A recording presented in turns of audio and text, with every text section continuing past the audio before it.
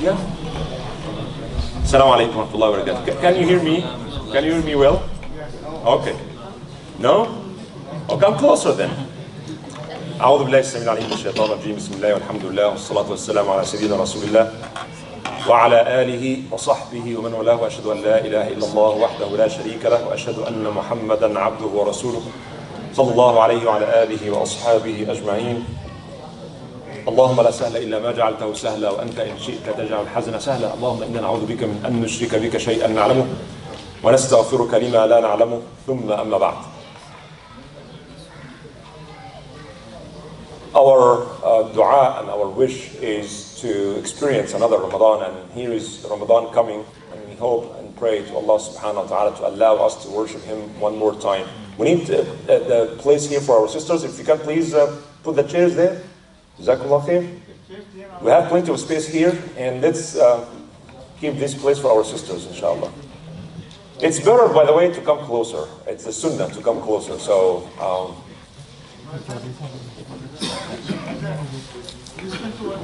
yes, let's keep this for our sisters, please. Jazakallah khair.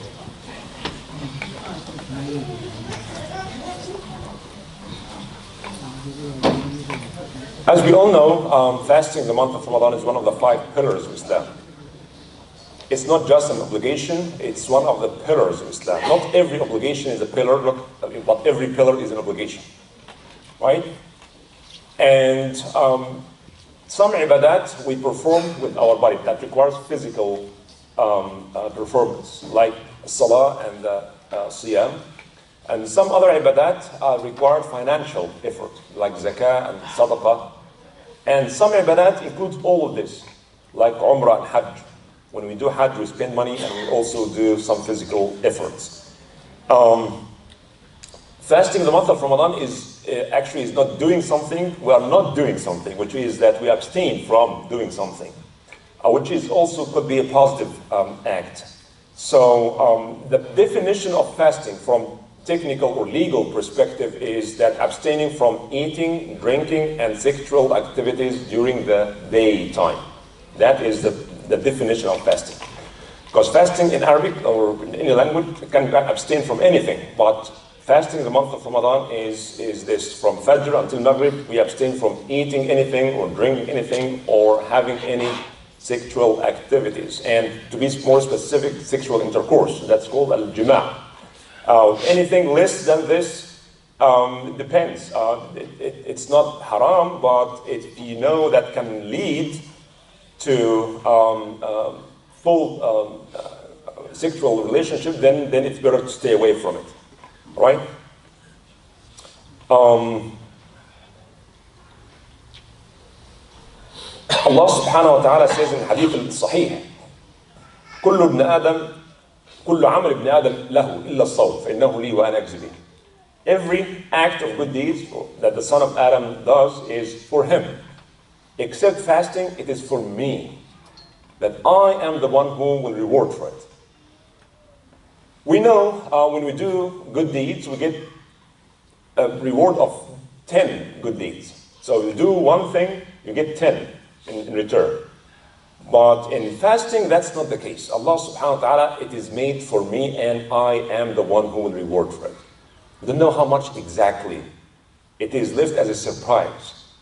And Allah subhanahu wa ta'ala in this hadith and others shows that He subhanahu wa ta'ala so much appreciate the fact that we are doing something against our desire.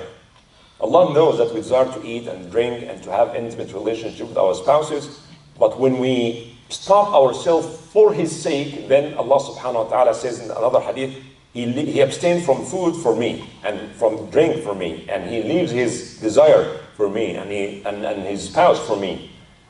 Fasting is for me and I am the one who will reward for it. When we do other good deeds, we can also get some sort of immediate reward. People know that we are in Hajj, right? You come back for everybody knows that you're in Hajj, right?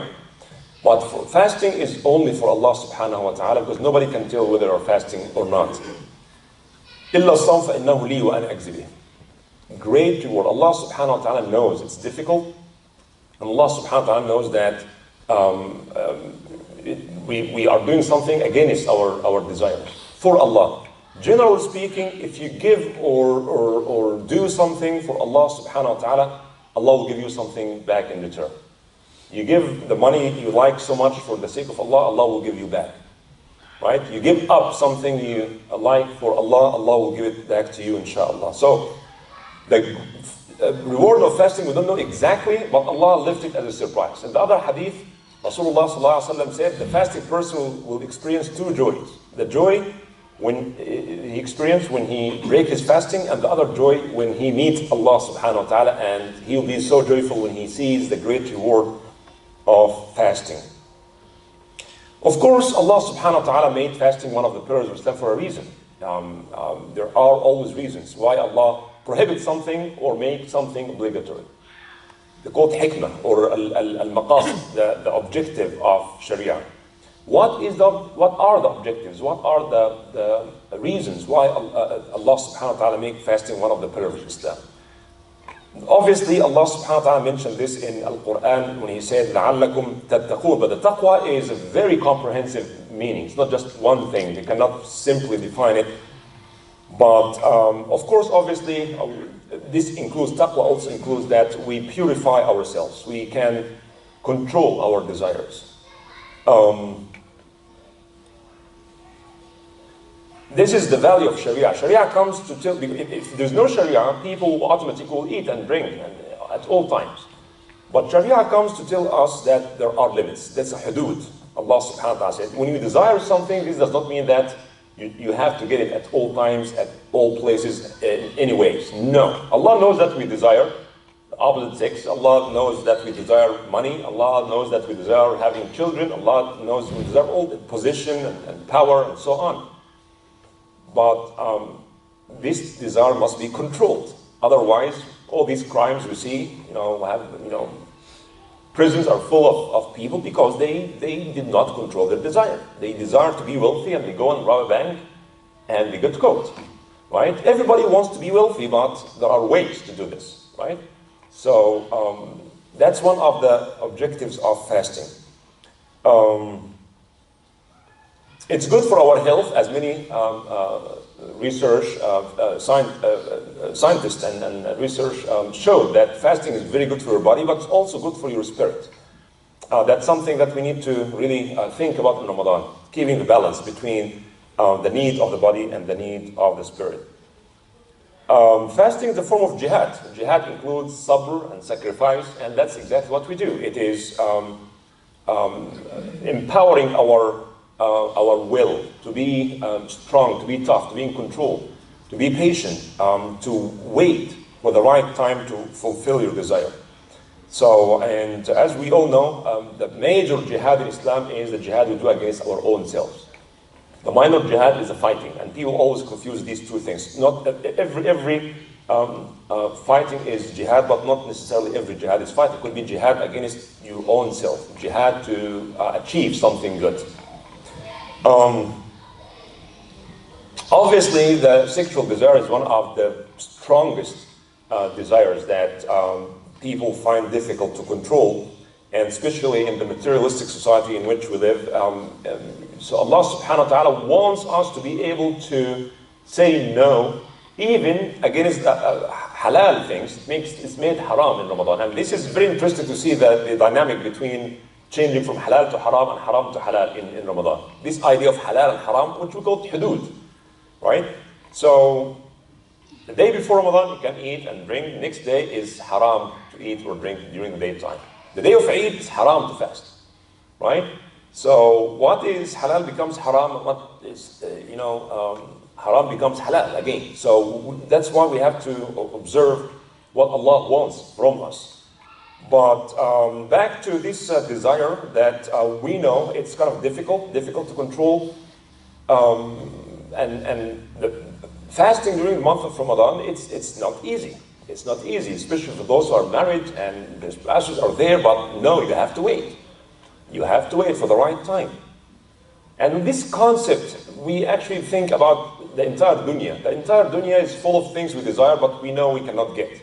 You don't have to fulfill every desire you want. You want to be famous and wealthy and beautiful and to marry all these beautiful woman or to marry this handsome person, you're not going to get all these things. But we need to understand that we have to wait for the right time. Also, fasting lets us recognize the blessings of Allah subhanahu wa ta'ala. Because when we have so much, we enjoy our desires at all times, then we lose the sense of the ni'mah. That does not become ni'mah anymore, because we get used to it. So when we fast, although we have the ni'mah, but we cannot touch it, so this also reminds us of Allah's blessings, and also makes us feel the need of those who do not have what we have. In the hadith, Rasulullah ﷺ said that I've been given the offer that Allah would turn these mountains of Mecca into gold. And I said, no, but I can find food one day and experience hunger on the other day. So when I eat, then I'm thankful to you. When I, pressed by the hunger, then I pray to Allah subhanahu wa ta'ala to provide for me. So, also there's a social benefit of fasting, that we also feel the need of those who are less fortunate and share with them. And also, we are, in Ramadan, we should be more generous and give. And Dr. Uthman is here, so maybe he wants me to talk about this more, I know. And giving, and including providing food for those who are fasting. And the Prophet ﷺ said that if you provide food for a fasting person, you will be rewarded the same reward of his fasting, without, of course, decreasing from his reward anything. So if you feed one person, it's as if you fast 2 days, your day and the day of this person. They said, Ya Rasulullah, but not everyone can offer food for them. He said, you get this reward even if you give 1 date or a bowl of water, something simple. You don't have to have to provide a heavy meal.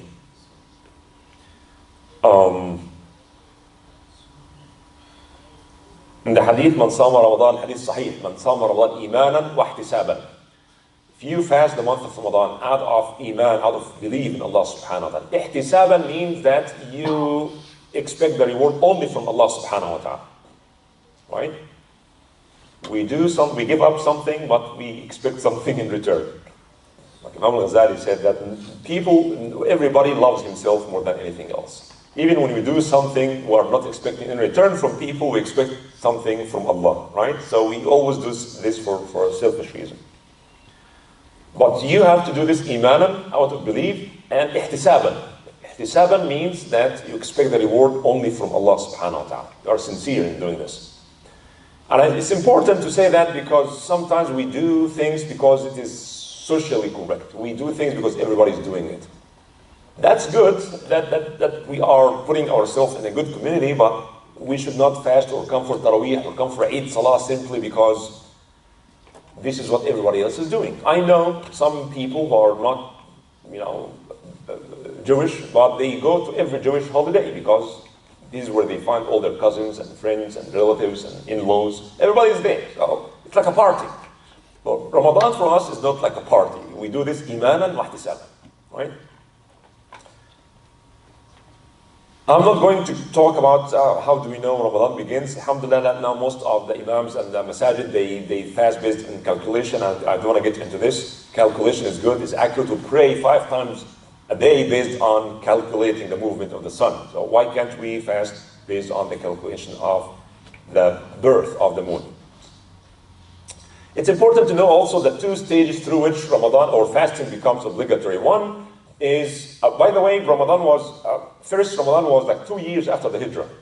Salah was made obligatory 5 times a day in Mecca. 3 years before the Hijrah.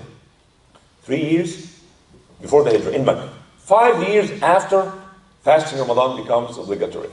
Right? So the 5 pillars came one after the other. Shahada, of course, is number 1. 2, Salah, after Isra and Mi'raj. And then Siyam and Zakah.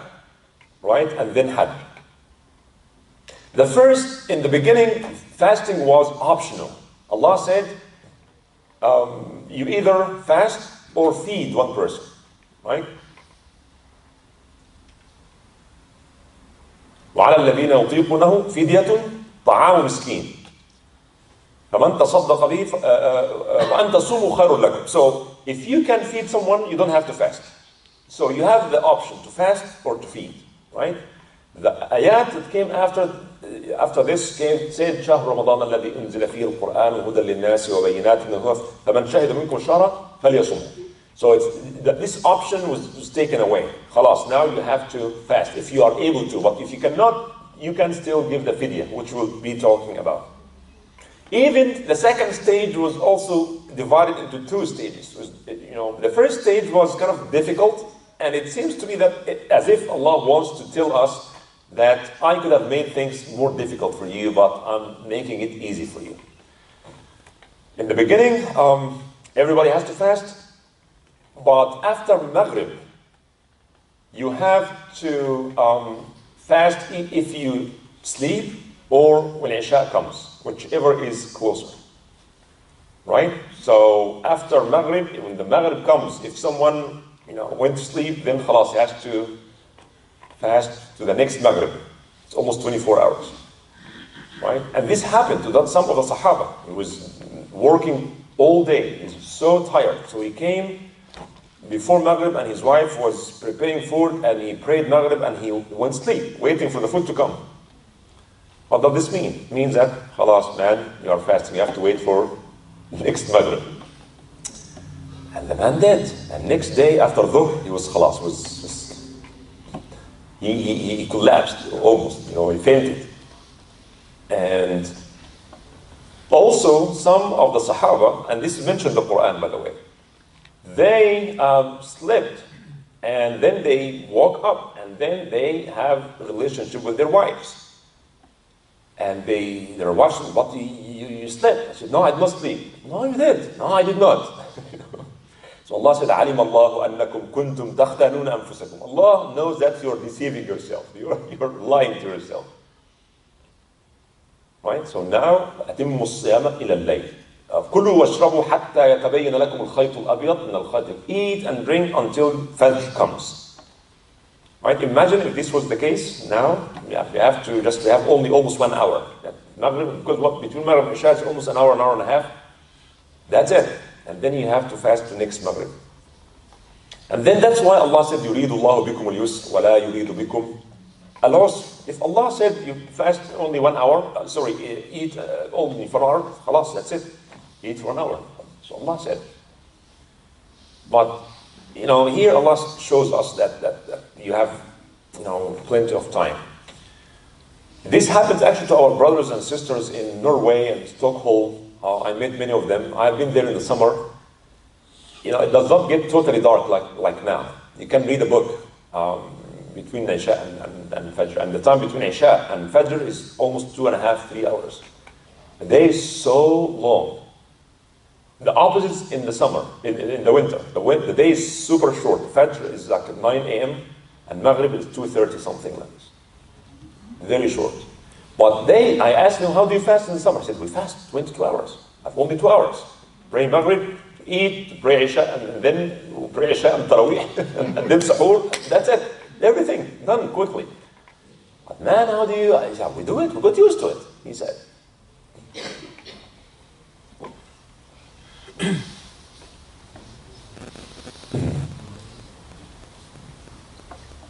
And again, I'm not going to talk about the lunar month and the solar month and so on. That's something that we went beyond this.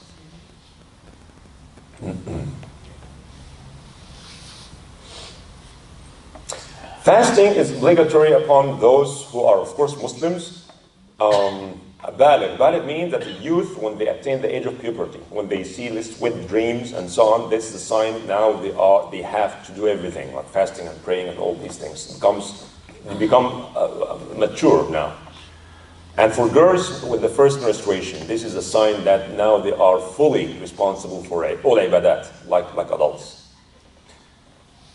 However, the ulama said that based on the practice of the Sahaba, that youth or young people, they should start fasting before they reach this start point.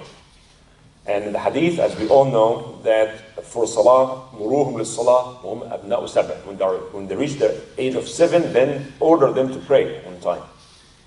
And the age of 10, if they are not trained or their prayer, then discipline them. Although at that time kids did not reach the age of puberty, but you have to train them so that when the time comes, they are ready. And the Sahaba used to do this.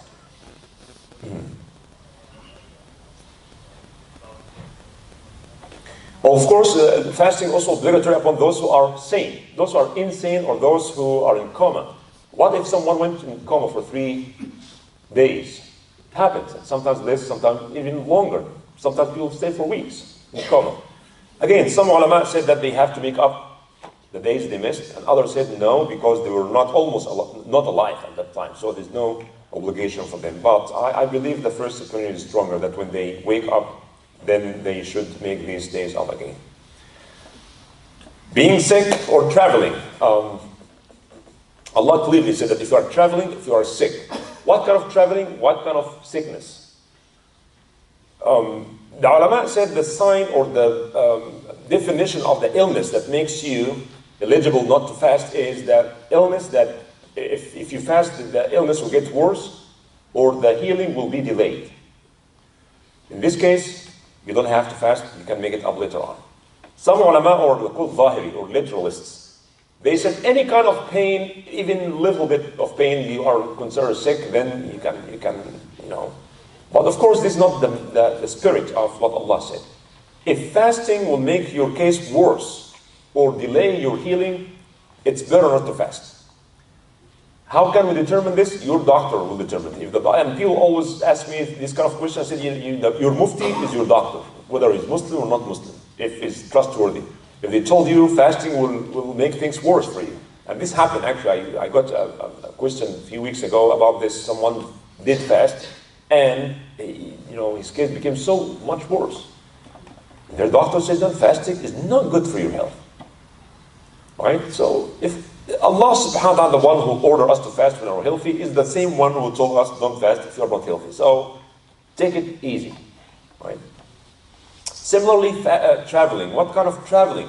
Again, so many opinions, but I believe when it comes to shortening the prayer and not to fast in Ramadan, if you are traveling 40 miles or more. Can we fast while traveling, or do we have to break our fast? Yes, you can. It's better to fast if it is easy for you. The bottom line is, if it's easier, if you can fast without so much problems, then it's better to fast. Right? But if fasting while traveling will make you really, really tired and cannot accomplish what you are traveling for, then it's better not to fast. And both happened in the time of the Prophet ﷺ. They started traveling and most of the people were fasting, but next day, in the middle, it was extremely hot. And they said that we don't have anything to have a shade. Some people actually use their hands to cover themselves. So they said some of the Sahaba did not, the Prophet ﷺ he broke his fasting, and many Sahaba, and those who were not fasting were not able to serve or do anything, and those who broke their fasting and they ate and drank, then they were serving them. And the Prophet said, those who did not fast went away with the ajr, with the reward today. Right? So they're not making a sin, of course. It is a rukhsah from Allah. And they were using this health and energy to serve those who were fasting. Obviously for ladies, during the monthly period and during the bleeding after birth or post-birth bleeding, could go up to 40 days, could be much less, but 40 days are the maximum. And the menstruation could be also varies from one lady to another, but during this time, women cannot fast and they cannot pray. They don't make up for the prayer they missed, but they make up for the fasting they missed. So they missed like 7, 15, 10 days, then they have to make them later on. They have the whole year to make them up. All right? If not in the summer, then in the winter. But delaying these days until the next Ramadan comes, it's not haram, but it's makruh, because you may also pick other days from the next Ramadan, and then you have a bigger debt. It's more difficult to And we have to actually help our daughters and our spouses to just remind them and maybe fast with them. If you fast the whole Ramadan, you know, tell them, I'm going to fast with you. So let's fast the whole week together. What's wrong with that? Or 3 days every month. Right? Remind them, encourage them, fast with them.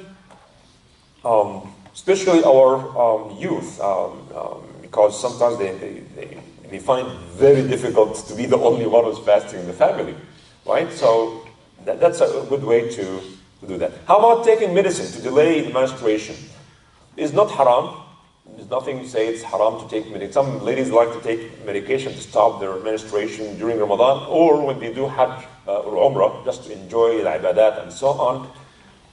Bottom line, it's not haram. But, as many doctors suggest, it's better just to be normal, to be natural, and to just live with it. But even if you are in this situation, there are plenty of other ibadat you can do, like dhikr, reading Quran, you can read Quran, listen to Quran, come to the masjid. Yes, you can come to the masjid, listen to the Taraweeh, and attend the witr, dua, and so on. There's nothing wrong with that. I know some say, no, I cannot come to the masjid, but there's no solid evidence that you cannot come to the masjid. In fact, men cannot come to the masjid who are junub. If they are junub, you cannot come to the masjid. But for ladies, they can come to listen to khutbahs and lectures and listen to Quran and so on. And sometimes, actually, this medication mix up the hormones, and the opposite actually happens. The menstruation could stay longer. So we have to be careful with this. Siyam, of course, some people have udhr or reason not to fast. Like we're talking about traveling and being sick. And how about those whose job by nature is difficult? Their job is like pilots. They travel all the time, or truck drivers. They drive these huge trucks that, with big vibration, they have to travel for hours. It's not easy for them. And those who are working in open places, construction in the summer, they're building highways or bridges, and they have to spend the whole day in the heat of the summer outside. It's very dangerous for them. It is dangerous for them to fast. They have to keep themselves hydrated all the time. So, and that's their job every day. They work in, hot areas like in the Gulf area, or, it's hot all year long. And that's their job, work in construction. The ulama said in this case, because the Quran says, وَعَلَى الَّذِينَ يُطِيقُونَهُ, those who can fast with so much difficulty, then the fidya is the way out of this. Because he cannot make it up because he works, this is his job. Right? This is his job, very difficult. And those who work in this big, bakery, back home, they have to be very near from the fire, putting this dough, and then they bring it out, and in and out. So they lose a lot of water. They have to keep drinking all the time. If this is his job, then he cannot fast today, he cannot fast tomorrow, he cannot fast next year. Right? Because this is how he makes his living. So the ulama said in this case, they have to make fidya, they don't have to fast or cannot make it up later on. Similarly, the old men and women, of course, they cannot fast today, and the older they get, the weaker they are, they cannot make it. So they cannot make it up later on. They just give fidya for every day that they couldn't fast. How about the pregnant woman and the nursing woman? So many opinions, because there's no clear, decisive evidence that what they should do. So the ulama reached this conclusion. Some group of ulama said that they are treated like those who are sick, because this is temporary. Pregnancy could prevent women from fasting, but they can make it up later on. And the Hanafi madhab is one of these madhab. Of course, if they could fast without difficulties, like I know many ladies who can just have no problem whatsoever. They fast, mashallah, they're healthy, no problem. Khalas, that's still out of question. But those who fear that if they fast, this will hurt them or they'll hurt their babies, then the first opinion, they have to make this up later on. Okay? The second opinion, fidya. The third opinion, they have to do fidya and to make up the days. And the fourth is that no fidya and they don't have to make it up later on. All these opinions are there. However, I personally, after studying this in depth, I found the opinion of two amazing scholars among the Sahaba, Abdullah ibn Umar and Abdullah ibn Abbas. These two individuals are among the scholars. Ibn Abbas was younger than Ibn Umar, but in his time he was perhaps the most knowledgeable person. Ibn Umar is Ibn Umar ibn Khattab, he grew up in Islam. But they have totally different personality, right? They're both great Sahaba, but Abdullah ibn Umar was like his father, was like taking, the most difficult opinions. Strict and always good with the azima, not with the rukhsa. Abdullah ibn Abbas was different. Abdullah ibn Abbas liked the easy opinion. Abdullah ibn Umar would go to touch the black stone, would come back with bloody nose. Abdullah ibn Abbas, just from far away, just point to it and that's it. Abdullah ibn Umar does not like to carry young babies because they may vomit or they may do something and he just najasa thing, just stay away from it. Abdullah ibn Abbas is just like flowers with milk and he used to carry them things easy. So again, when Abdullah ibn Umar ibn Abbas, they both agree on something, this means that has a great value. So they both are with the opinion that pregnant and nursing women, they should give fidya, feeding one person for the day, for every day they could not fast, and that's it. Don't have to make it up later on. That's a very valid opinion, and which opinion should we follow? I believe those who do not have any sort of birth control, they can get pregnant all the time, and either pregnant or nursing. For them, this opinion is easier for them, because they cannot make it up later on. But those who keep distance between one child and the other, so they have plenty of time to make these days up. So it's better to go with the first opinion, Wallahu a'lam. You can stop me and ask questions if you want to. If you are traveling, should you break your fasting after you get out of your hometown, or you can eat while you are still home? Yes, you can eat while you're still home. If you know your flight at 8 p.m. and Maghrib at 9 p.m., you can eat your lunch or your whatever meal you want to eat at home, because you're not either, I maybe will travel, may not. No, I know I'm traveling and I'm ready to go to the airport and fly, then you can eat from home. You don't have to get out first. This was Anas ibn Malik also did. He ate while he was in Medina because everything was ready for him, and he was, dressing clothes of traveling, and his camel was ready, and he ate and then he left. So he was fasting? Yes, because he knows he's traveling. He's going to travel now. So you can eat even before you start that traveling, but if you are sure you are traveling, right?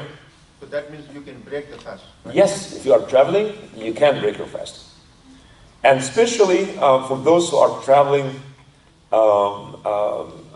and the fasting will be much longer, right? So if you are traveling to, let's say, San Francisco, then you're adding 4 hours for your fasting. Can we fast based on the time of mine? No, you fast when the sun sets. So, but now the fast will be longer. Well, this is the rukhsa. You can take the rukhsa and you don't have to fast. But if you insist to fast, then you can only break your fast when the sun sets. Right? It happens actually. People are traveling and people start in the airplane and start eating and drinking. One of the scholars with this says, "What are you doing?" He said, "No, because now in our town, we departed. Now Maghrib has come, and so now, but you are not in your hometown. Allah says, complete your fasting until the night comes, which means the sunset, right? So you either wait and may Allah reward you for the extra hours you fast, or don't fast and make it up later on.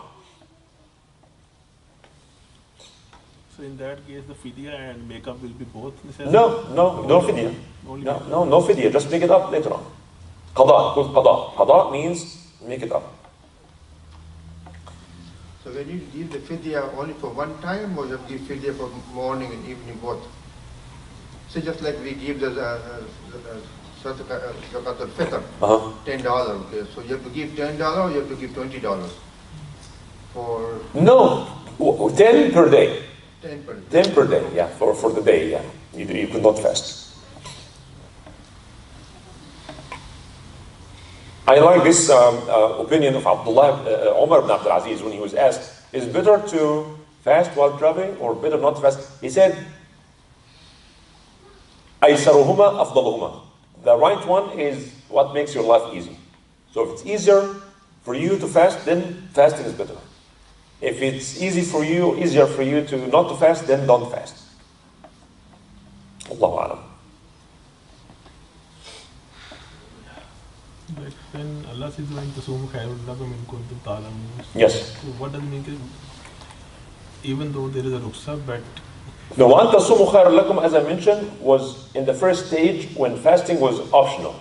You either give or fast. Allah said fasting is better. But giving fidya is also good. But now this has changed into the new ruling that if you are healthy, you are not traveling, then you have to fast.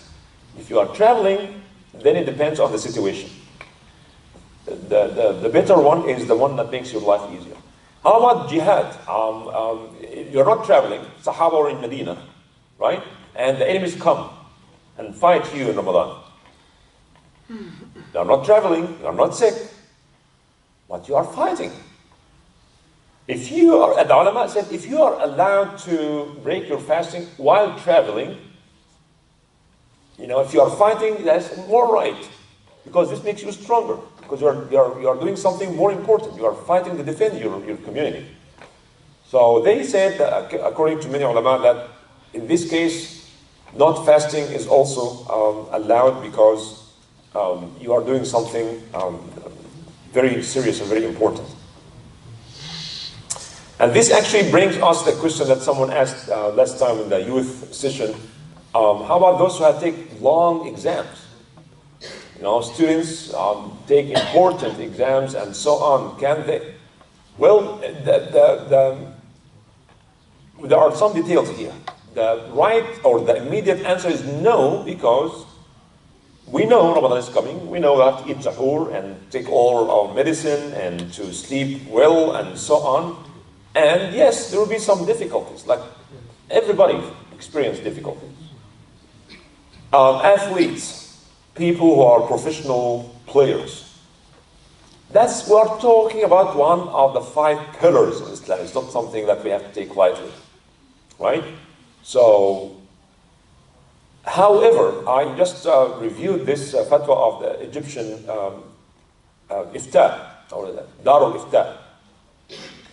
And they made an official fatwa that for students who are taking important exams, they actually should have the intention to fast and eat good sahur and get prepared. However, while you are taking the exam, you feel that you cannot make it, you cannot focus at all, then it's like someone was fasting and it gets very, very hot and he thinks he's gonna die. So you're not sick, you're not traveling, but you know that you're almost going to die. You don't want to reach this level. Just break your fast. You understand? Because Allah said, يُرِيدُ اللَّهُ بِكُمُ الْيُسْرَ وَلَا يُرِيدُ بِكُمْ الْعُسْرَ. That's why it's important to eat sahur. That's why it's important to avoid these high activities, being in the heat unnecessarily. Avoid all these things. But what if someone is traveling? People go in the market buying and selling hot, very hot. They cannot take it anymore. If you cannot take it anymore, you can break your fast. But you cannot, for students, to say just, I have exam tomorrow, so I'm not going to fast tomorrow. You don't have the intention not to fast. Originally, everybody must fast. If something happens, you cannot take it anymore, then that becomes darura or necessity. That's the fatwa that I just reviewed today in this regard. I know others say no, it's fasting is fasting, you have to fast.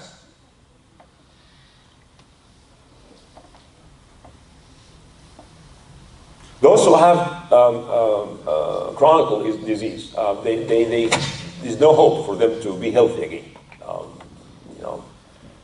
So they live with this, whether any cancer or diabetes or high blood pressure, and the doctor said no, you cannot fast.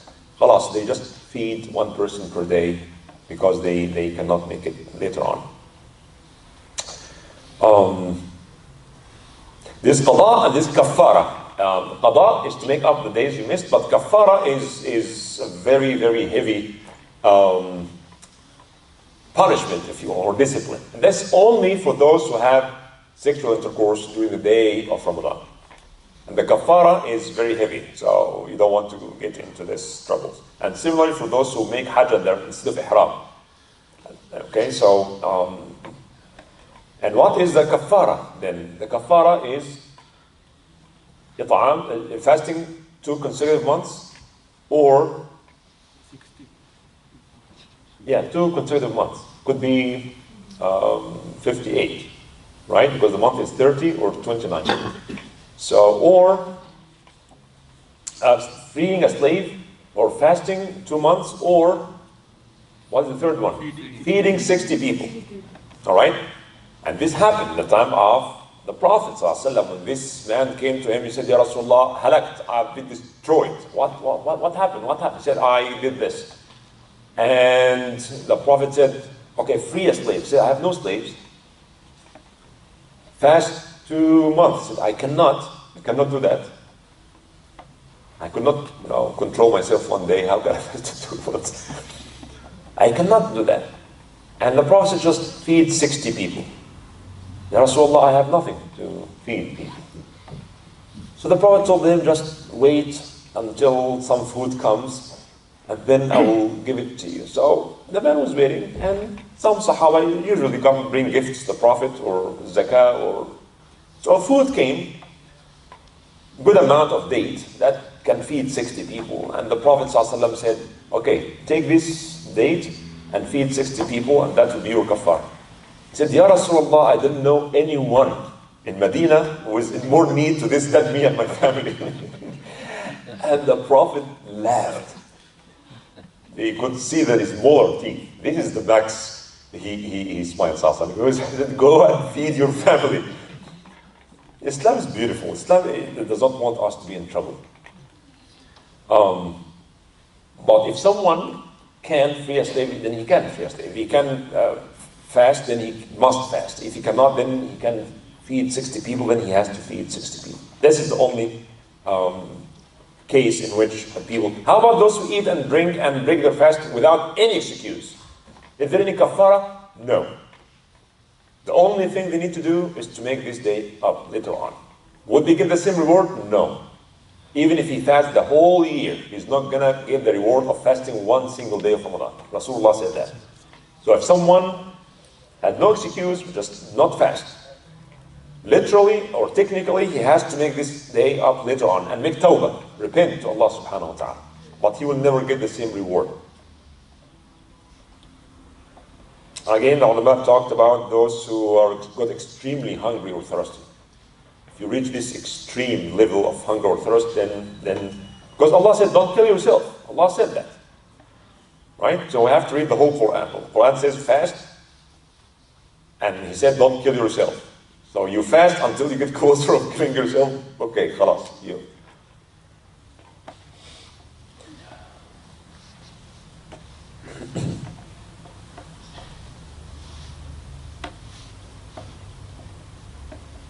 So, any questions so far?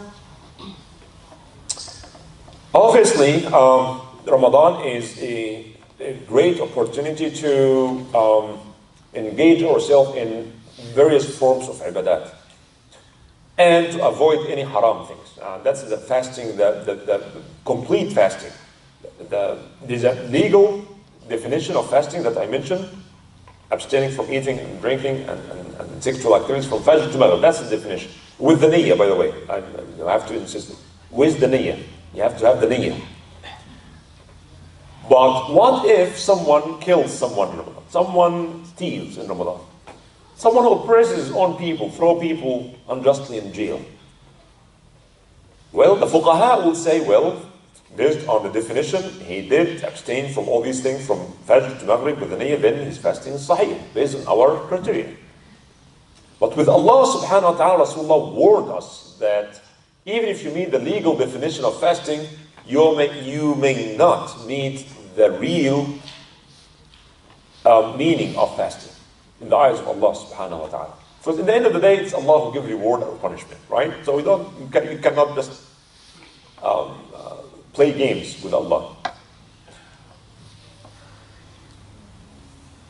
According to the Ibadi group, or madhab in Sultanate Oman in particular, any sin that you do while fasting invalidates your fast. Khalas, you're not fasting anymore. It's as if you eat something, right? If you look long to a woman or any picture, that khalas, your fasting is over. Because your eye is supposed to be fasting. Your tongue is supposed to be fasting.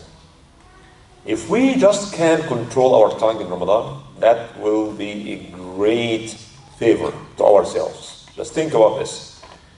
This legal definition of fasting is easy. Even young kids, they know. All right, everybody knows what fasting is.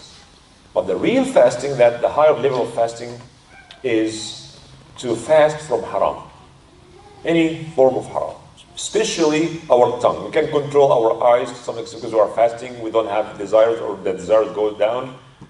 But the desire to speak never go down. Am I right? Right? That's why in the old days, fasting was fasting from speaking. It's a good thing to do. Try to practice this fasting. Rasulullah warned us that some people will get nothing from this legal fasting except hunger and thirst. That's what they got. And this fasting is not going to help them. You see Muslim leaders, corrupt Muslim leaders, steal, and they punish people and they torture people and they kill people on fasting. And then he goes to pray Eid and TV follow him. Oh, our president is performing, and have the mufti on his right, and so on. And he looks very righteous. He did fasting.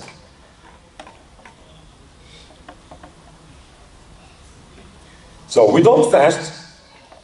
Talk about the niyyah.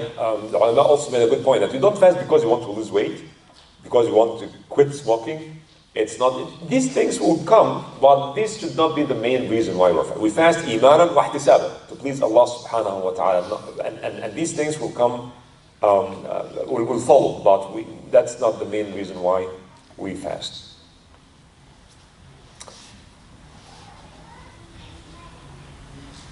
Of course, so many questions come regarding the medical treatments and drawing blood and inserting stuff in our nose or our mouth. This endoscopy, you call it.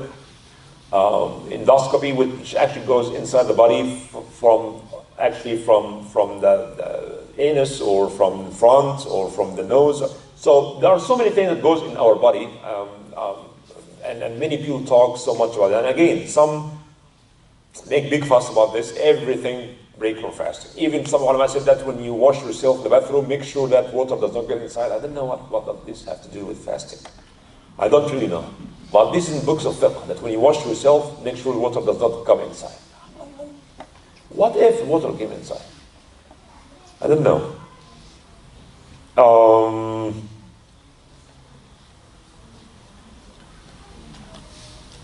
Smelling, when you are cooking foods, when you barbecue, sometimes you can feel it.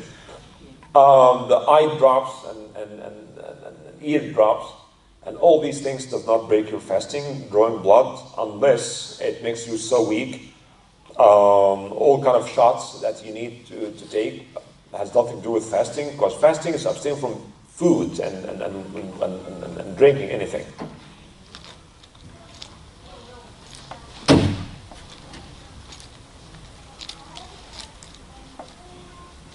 Imam sir, Yes.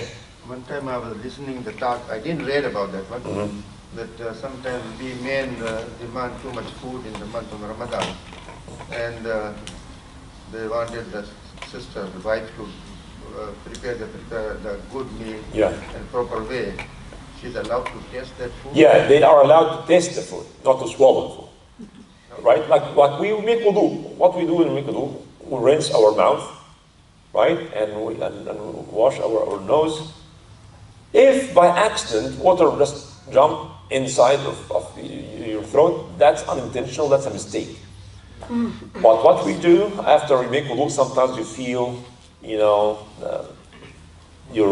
saliva is kind of mixed with water. Just spit it out, just to not to allow shaitan to play with your mind. So tasting something and then spitting it, is nothing wrong with that. Okay? Hadith Abu Sa'id al-Khudri, hadith sahih, that the Prophet ﷺ said that kissing or hijama is okay. And you can kiss your wife or you can draw blood. Hijama is the cupping. They do this cupping for health reason. So this actually can make an analogy of drawing blood or donating blood while you're fasting. And all dentist people come and say, I'm going to do this bridge or take away one of my teeth. Nothing wrong. This has nothing to do with fasting. We have to be more concerned actually about other sins that people do with their tongue and their eyes and so on. If someone intentionally vomited, this actually breaks his fasting. But if you just vomit just because of illness or something, then you are still fasting. But the intention of vomiting actually breaks the fasting. Of course, we talk about the sexuality and menstruation. Menstruation also breaks the fasting. Any ejaculation, any form, this will also break our fasting. Yes, we can brush our teeth, and we should. I would say we should brush our teeth because we don't want people to say Muslims smell horrible when they're fasting, right? Brush it. Use the toothpaste and make your mouth smells good. Rasulullah used to use the siwak in the beginning of the day, in the middle of the day, in the end of the day, right? So, of course, we can take shower, we can swim, right? You can swim. Again, you are not swimming to drink or to allow water to come inside. You are swimming, but if something, come inside unintentionally, there's nothing wrong with that. Just do your best to avoid any water coming to you, but you can do that. Okay, so if someone got junub at night, right? Do they have to take shower before Fajr? No, they can take shower after Fajr. Again, if someone becomes junub at night, do they have to take shower to be clean and pure before Fajr? Not necessarily. Right? They can go and eat their suhoor and things, and the Fajr comes, and then they can go and take a shower and pray Fajr. Right?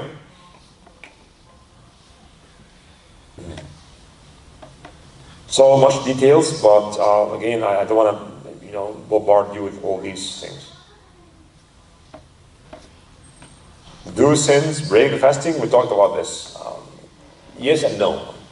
That the legal aspect of fasting is not broken, but when it comes to the meaning of fasting, it could be broken, unless we make tawbah and istighfar and ask Allah for forgiveness. How about the backbiting? Yeah, it's one of the sins that we must avoid. We must avoid in Ramadan. And typically in Ramadan we should keep our tongue busy, because what happens is that it's like something that it has to be filled. Either fill it with something good or to be filled with something bad. So if you are busy reading Quran, making dhikr, listening to lectures, then your tongue is busy now. But if you are sitting doing nothing, you will have plenty of time to do all these things. So the best thing in Ramadan is to keep yourself busy with good activities.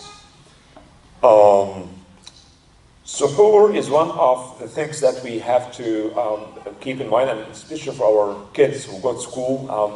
Rasulullah told us there's great barakah in this meal of suhoor. تَصَحَّرُوا فَإِنَّ فِي السُّحُورِ barakah. Even if you have to drink some water, right? What if we are eating and the Fajr, we are drinking and you see here Allahu Akbar. Can you finish it? Yes, finish it. Yes, finish it. And if you are drinking and the adhan started, because again,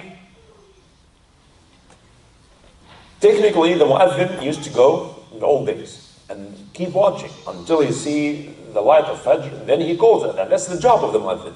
It's a good job, I mean, very difficult. And sometimes the cloudy nights, he does not see it, right? All these calculation we have is not 100% accurate. It's not 100% accurate, right? So it's better to stop immediately. But again, if you are just drinking and then again, just finish it and you'll be fine.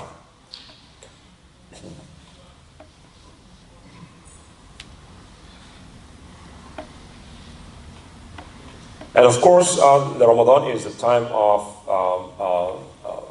generosity and giving and sharing, and especially for those who really don't eat good quality food because they are poor. It's good to invite your friends who are wealthy, relatives, because you should show also kindness to your relatives, invite friends and relatives, that's good, but what's better actually is to give to those who really have nothing to eat or very little to eat. Rasulullah said the worst walima is the walima to which wealthy people are invited and poor people are pushed away. Because people are coming from big families, they don't like poor people to come. Just push them away. Invite the wealthy people. So I have you are feeding wealthy people and the poor people are deprived from this. What kind of walima is this? So similarly, when we have to prioritize our activities. We should actually delay suhoor as much as we can so that we can, function through the day, and eat iftar once the Maghrib adhan is made.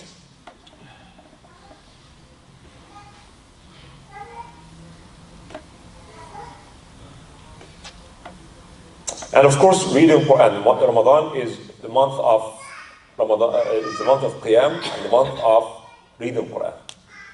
Many ulama, like Imam Shafi'i and others, they don't teach fiqh or hadith or Arabic language or theology in Ramadan. Ramadan is just Quran, reading Quran.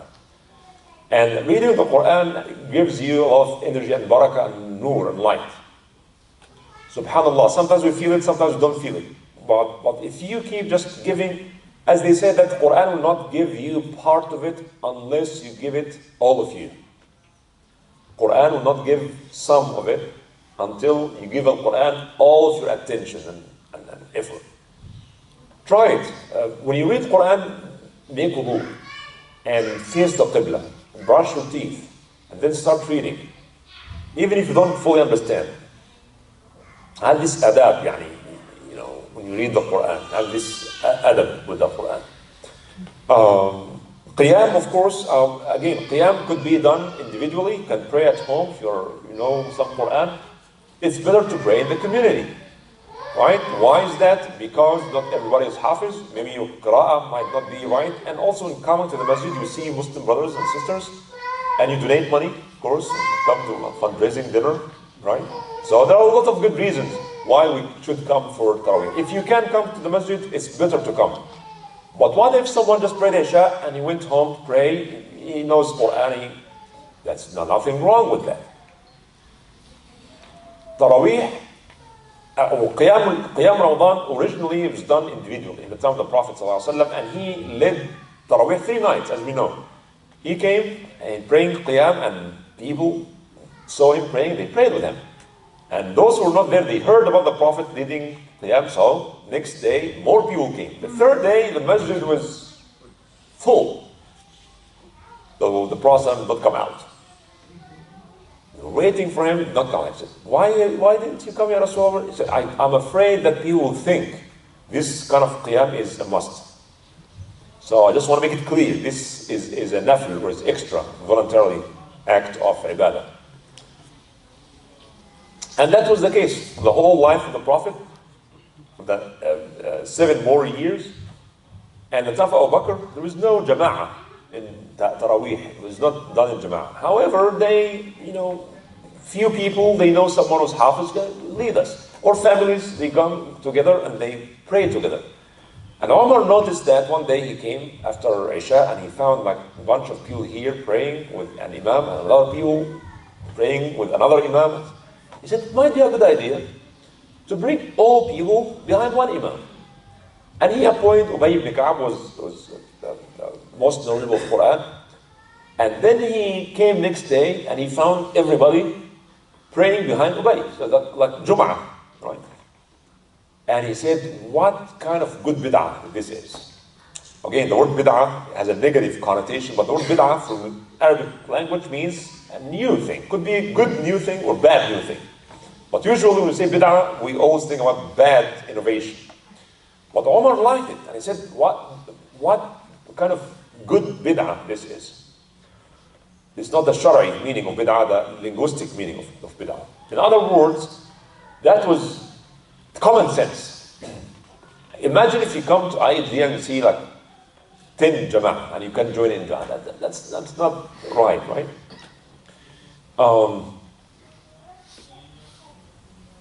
What if you cannot come to IAGD or the weekdays because you have to go to work or students have to go to school? Then the least you need to do is to pray at least 2 rak'ah with the niyyah of prayer. Pray Isha, pray the Sunnah, before you pray with, pray 2 rak'ahs or 4. But don't let any night passes in Ramadan without praying, because Rasulullah said, Man qama Ramadan, he who practiced qiyam in Ramadan, imanan wa ihtisaban, also out of belief and hoping for the reward from Allah, غُفِرَ لَهُ مَا تَقَدَّمَ, all his or her sins will be forgiven. So this applies to those who pray every night when they can. For the sisters, again, the nights in which they can pray, they should not miss praying even 2 rak'ahs. I know sometimes you get tired, have to go to bed, but that's Ramadan. That's different. What if, I have a question Yes. on Taraweeh. So what if you're going for Taraweeh and you get so late and you have so much energy, you need to conserve that energy for Fajr and try to come and pray Fajr with Jama'at. So what if your Taraweeh is affecting your ability to come in the morning? Again, you don't have to pray the 20 rak'ah. You can pray 8 and leave. You can pray 4 and leave, or 2 and leave. It's up. You have to, but don't miss it. Don't miss. If you cannot pray in the Jama'at, go home and pray 2 or 4 rak'ah before you sleep, and that counts as qiyam, inshallah. So the Taraweeh counts, the hadith of the Prophet, Maqam Ramadan, the Taraweeh counts as qiyam, or is he referring to the last third of the night? No. The word Taraweeh, by the way, never found in the hadith, or the word Taraweeh, just a new word. The Quranic term is qiyam, right? قُمِ اللَّيْلَ إِلَّا قَلِيلًا. Okay, and the hadith قيام الليل, right? كانوا يبيتون ربهم سجدا وقياما. And why is it called qiyam? Because we stand longer, right? We make sujood and ruku', but we call it qiyam because most of the time we are standing. Any salah you pray between Isha and Fajr, you can call it qiyam, right? Taraweeh is also qiyam, right? But in Ramadan we call it Taraweeh. You know why you call it Taraweeh? Because the word Taraweeh means short breaks. Because we are supposed to have short breaks between the salah. So this is tarwiha. Tarwiha means روح عن نفسه, يعني in Arabic, right? روحوا عن أنفسكم. روحوا القلوب ساعة بعد ساعة, hadith. So tarwih means to have some breaks in which you sit and relax, and then you pray again, then you have a break. That's why we call tarawih. Those who pray 8 rak'ahs, they have a lecture, like 10 minutes lecture. So the 8 rak'ahs, they pray 4, 2 and 2, and then they have a longer break, and usually imams give a short speech, and then they pray another 4, and then they pray with. So tahajjud is the qiyam that happens after sleep, after a short sleep. Yani you pray Isha and go and sleep and you wake up. That's also qiyam, but this kind of qiyam is called tahajjud. وَمِنَ اللَّيْلِ فَتَهَجَّدْ بِهِ نَافِلَةً لَكَ. That's the one that we do after we wake up. Okay? So, do we have to do Khatm al-Quran? No, you don't have to. There's no hadith that says that. But the ulama found that 30 nights, 30 juz. If you read one juz a night, then it's better to do. Do we have to make a long dua of Khatm al-Quran? No, you don't have to. The Prophet never did this. Right? The Prophet never said, okay, I'm going to finish the Quran, come, let's make long dua. The Prophet did not do that. Is it wrong to do it? No, it's not wrong to do it. Right? It's always good, every time you do Khatm al-Quran, you make a dua. Do we have to wait for this dua? Because, people think this dua is... No. Rasulullah said, every day, while you are fasting, your dua is, inshallah, will not be rejected. So, dua is not limited or, your dua will not only be answered if you do Khatm al-Quran. Or you have to go for Umrah for your dua to be accepted. Right? You understand? So, these things came later on. The ulama, people found it good to finish the whole Quran in Ramadan. And they found it also good to have everybody coming, make beautiful dua, and everybody was there. It's a beautiful thing. But we don't have to. That's why if you miss the Taraweeh and you prayed at home, don't feel bad. Yes? If somebody wait all night long and at 3 o'clock after Taraweeh, then he prays Tahajjud at 3 o'clock, he did Tahajjud or Qiyamul Layl? He did not sleep all night. Okay, every Tahajjud is Qiyamul Layl, but not every Qiyamul Layl is Tahajjud. If you pray Taraweeh, that we don't call this Tahajjud. But it is Qiyam still. Right? Stay all night long, and then at 3 o'clock you pray Tahajjud. That's actually better. Umar ibn Khattab, when he saw people praying behind Ubay, he was happy. And he said that, but the salah that many people are heedless about is better than this. No, So, but he's saying that if you don't sleep all night. if you don't sleep all night, Yeah, and making Tahajjud, praying Tahajjud. yeah, actually Allah will reward you. Inshallah. It doesn't matter what we call it. But praying the last third of the night is so blessed. That's the salah that you really want to, if you have energy and time, this is the salah that you don't want to miss. That anytime, the last third of the night, before Fajr. That's even better than the one we do after Isha. That's what Sayyidina Umar was referring Yes, yes. If you can do both, great. Nothing wrong with that. If you can pray the 20 rak'ah and the witr with the imam, and then you go home, sleep, wake up before Fajr, you pray more, pray more. You can pray more. And that's what we do in the last 10 nights, right? We do special salah here, the i'tikaf, and we have another Khatm al-Quran. So we can make these arrangements. So Rasulullah, the last 10 days, he does not sleep, sallallahu alaihi wasallam. Yani he's ahya laylahu. The whole night he's awake. Praying, of course. Awake, praying. Whole night. Alright? It's not also about the amount of how many rak'ahs. It's about the quality of his salah. And Rasulullah's prayer was long and beautiful, as Aisha radiallahu anha described his salah. He said he did not pray more than 8 rak'ahs. Other than witr, 8 and 3 witr. He would pray 2 rak'ah. Don't ask how beautiful and how long they are. And then he make the sleep, and then he would make dua and dhikr, and then he would stand and pray another 2 rak'ah. Don't ask how long and how beautiful they are. Until before Fajr, then he prays 3 rak'ahs. Hadith in Bukhari. But where did this 20 rak'ah come from? Again, there's no obligation how many rak'ah. The minimum are 2. The maximum is up to you. You can pray 1,000 rak'ah if you want. But why 20 in particular? Because this is what Umar and Ubay, they found, okay, you know what, we're going to read the juz, and instead of reading in 8 rak'ahs, let's pray in 20 rak'ahs so people don't have to stand so long. Because some people are sick, some are old, some are injured. If you read the same amount of Quran in 1 rak'ah, the rak'ah will be very long, right? 2 rak'ahs, the rak'ah will be shorter. Divide it into 4 rak'ahs, the rak'ahs will be shorter. 8, 20, so you understand? So you're reading the same amount of Quran, but you're spreading it onto 20 rak'ah, that actually believed to be easier. And Imam Malik prays 36 rak'ahs. Actually spread even more. So the number is really not important. People make big fuss about 8 or 20. Akhi, pray anything. Just be happy. Follow your Imam, khalas. Should we pray after Taraweeh or should we pray after the Hajj? Well, if you pray Taraweeh with the Imam, it's better to finish everything with the Imam.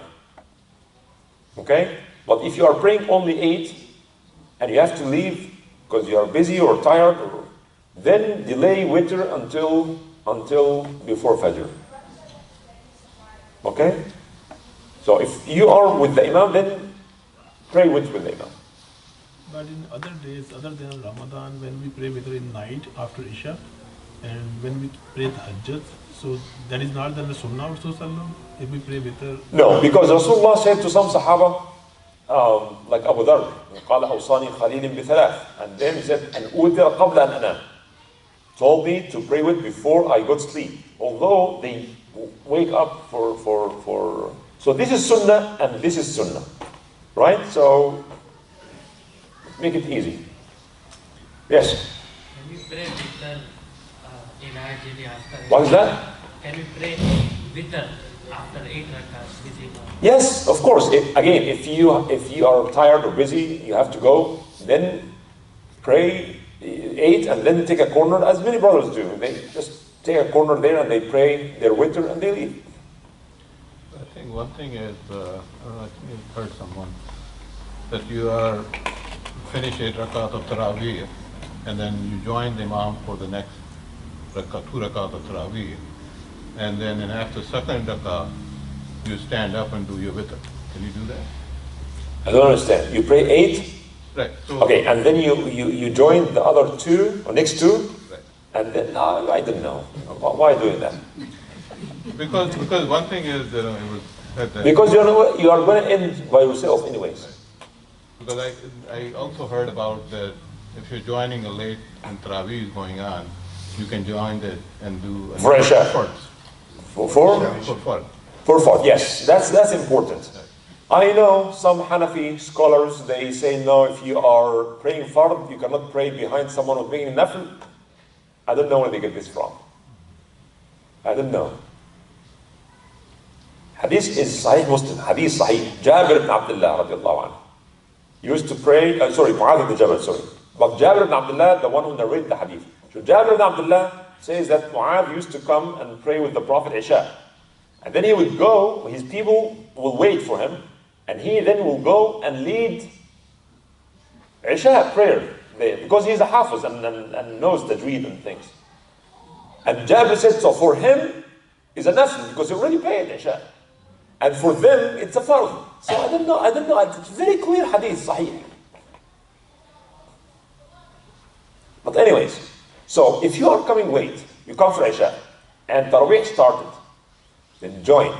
The general ruling is that when you enter masjid and there's a prayer, that's the only prayer. Rasulullah said, إِذَا أُقِيمَتِ الصَّلَاةِ فَلَا صَلَاةِ إِلَّا الْمَكْتُوبَةِ. When the iqamah is made, no other salah should take place, except the one that is prayed. So, you come for Isha, and the Jama'ah is done with Isha, and then they start the Taraweeh, then you come with the intention of praying Isha. And when the Imam makes the taslim after 2 rakats, then you stand up and pray 2 more rakats. And don't feel sad about this, because the alternative is that people come late and then they start a Jama'ah, and the Jama'ah is going on, and another Jama'ah going on. Not a good idea. According to Imam Shafi'i, even if Jama'ah, if you are 5 people coming to IAGD to pray Maghrib, and the Imam made taslim, khalas, people, Jama'ah is done. Imam Shafi'i says that everybody prays individually, khalas. Jama'ah is to be done once. Otherwise, there's no value for the Jama'ah. If every people come late and they make Jama'ah, so people will just ignore the main Jama'ah.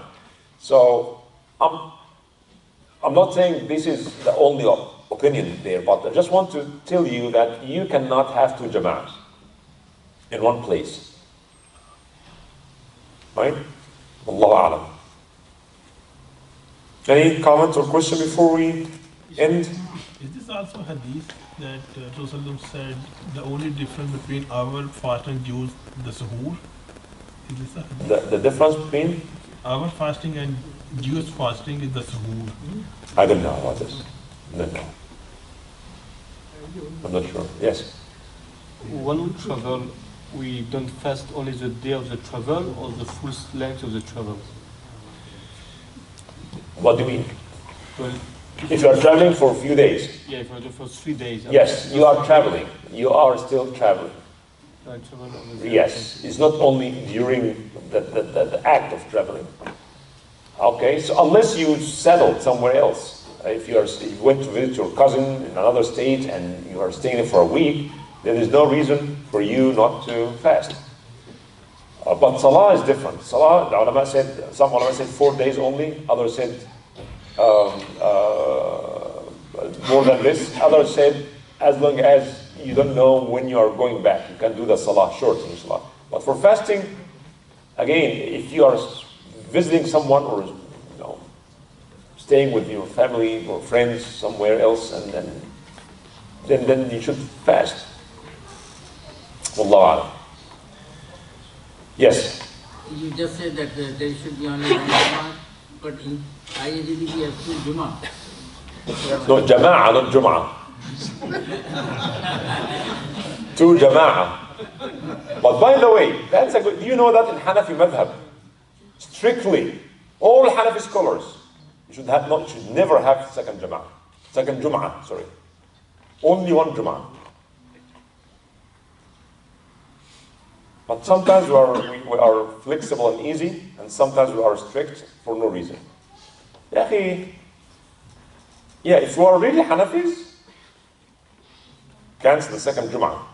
You really want to be strictly Hanafi, forget about the second Jum'ah, because all Hanafi scholars said, no, only one Jum'ah.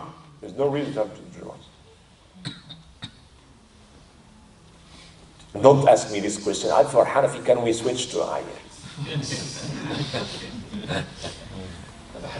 Question on the dua. Yes. Is the hadith that the sign of the fasting person has a dua accepted at the time of breaking? There are two narrations. One is in the Nisa'im عند فطره دعوة لا ترد. But عند فطره, at the time before he breaks his fast. Because this marks the end of the ibadah. Keep in mind, in the end of every ibadah, there's a good time to make dua in the end of each. So one of the times to make dua is when you finish your salah and make tasbih. That's a good time for dua. When you finish your fasting before Maghrib, that's a good time to make. When you finish the whole Quran, that's a good time to do this. And the day of Arafah, the last, before the sun sets, that's the time to. So usually, in the end of each ibadah, it's a good time to make dua. And the other narration in the Nisa'imi da'watun la turad. The Sa'imi da'watun la turad. Generally, Sa'im, as long as you are fasting. But the other one is more specific at the time of Inda Fitrihi. That's why they used to make this dua. Abdullah ibn Umar used to say, Allahumma inni as'aluka bi rahmatika allati wasi'at kulla shay an taghfir li. Choose the time, and people get busy with the food and preparation and things. Maybe one of the family can do this, but the rest should be saying adhkar and making dua. That's a very, very valuable time. We should not actually miss this chance. May Allah subhanahu wa ta'ala accept all our du'as and our ibadat this month. May Allah make this month the best Ramadan we ever experience, and may Allah subhanahu wa ta'ala allow us to experience more Ramadans to come. Sallallahu alaihi wa sallam Muhammad wa ala alihi wa ashabihi ajma'in. Assalamu alaikum wa rahmatullahi wa barakatuh.